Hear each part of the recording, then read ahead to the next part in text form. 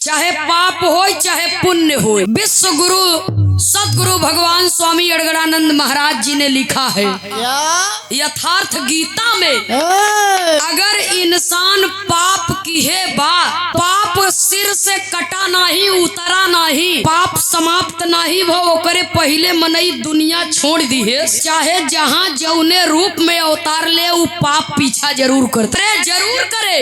और यदि इंसान पुण्य किया है, पुण्य समाप्त नहीं भो शरीर छोड़ दी है, चाहे जहाँ अवतार ले बाबूजी जन्म ले वो पुण्य भी पीछा नहीं छोड़ा। तो मिलना है किसी न किसी रूप में, पाप को तो भोगना ही पड़ता है। सदन कसाई भक्ति की है, भक्ति से उनकर नाम अमर हो गया। यह दुनिया में एक से बढ़ के एक भगत पैदा भय। भक्ति कैली मीरा से बड़ी सदन संत रविदास, भक्ति कैली मीरा से बड़ी सदन संत रविदास, भभीषण प्रहलाद और सूर कबीर दास। नाश हिरणा कश्यप मिट गए अहंकार दुनिया में, भक्ति भाव भजन है जीवन का उद्धार दुनिया। एक भगत रहन जेकर नाम बतावा गवा संत रविदास। सब तो संत हुए लेकिन संतों में महासंत संत शिरोमणि हुए, जिन्होंने भक्ति से पा लिया कि मन मोर चंगा त कठौती में है। एक से बढ़कर के एक भगत यहाँ धरती पर पैदा भयन बाबूजी। बहुत सुंदर गीत आप लोगों ने सुन, कोई नया में मस्त बा कोई पुराना में। और हमारे अभय राज सागर भैया जी जिला पंचायत पद के भावी प्रत्याशी हैं, नंदनी और खेमराज कवि जी का और पूरे पार्टी का। तो हृदय के गहराइयों से आपका स्वागत सदैव रहता है और हम लोग हमेशा के साथ में हैं। एक बात जान ले बाबूजी, कलाकार समाज का अगुआ हुआ है। कलाकार मंच से चाहे वो पौराणिक बात हो चाहे वो ऐतिहासिक बात हो, मंच के माध्यम से एकदम खुली किताब की तरह कलाकार एकदम स्पष्ट शब्दों में अपनी बात रखता है।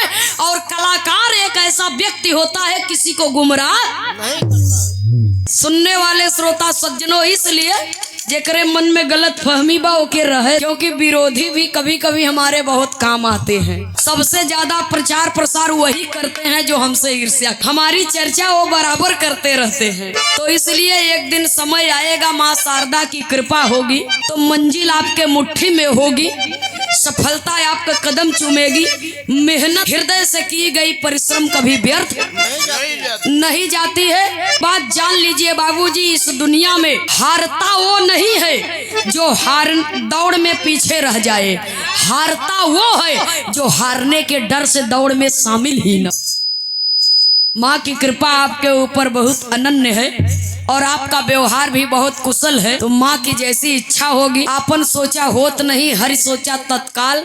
और राजा बलि कहन जा आकाश चला गए पाताल। भगवान का कृपा आपके ऊपर बनी रहे तो आप वर्तमान जिला पंचायत सदस्य के रूप में हम सबके बीच में होंगे।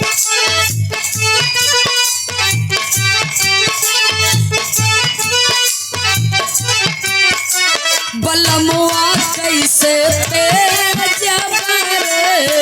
छोटी नदी, बलमुआ कैसे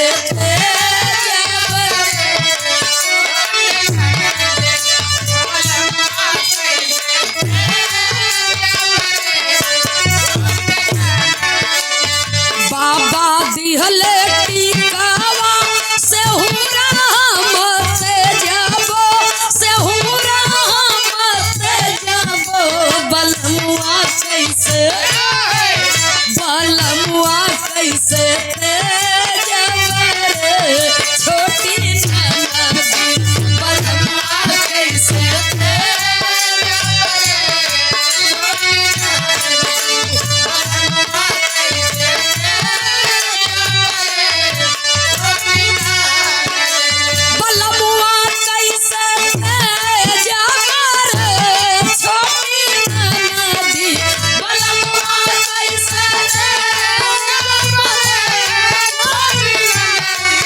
बलमुआ कैसे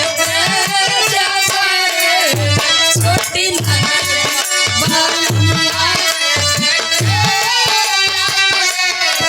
अपने दुल्हा के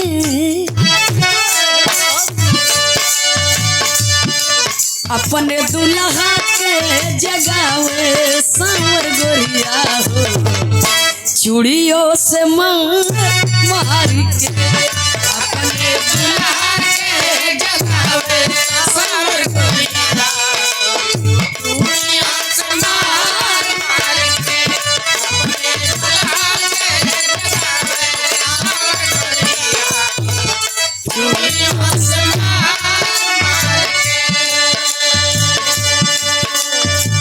ये गाना हमारे हिंदुस्तान के सौंधी मिट्टी की गीत है। भोजपुरी जगत की स्वर कोकिला स्वर्गीय श्रीमती शारदा सिन्हा जी ने गाया है।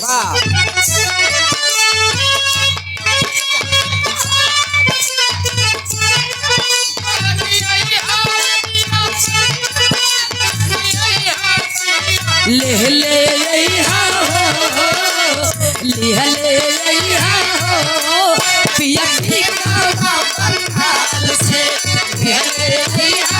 पिया की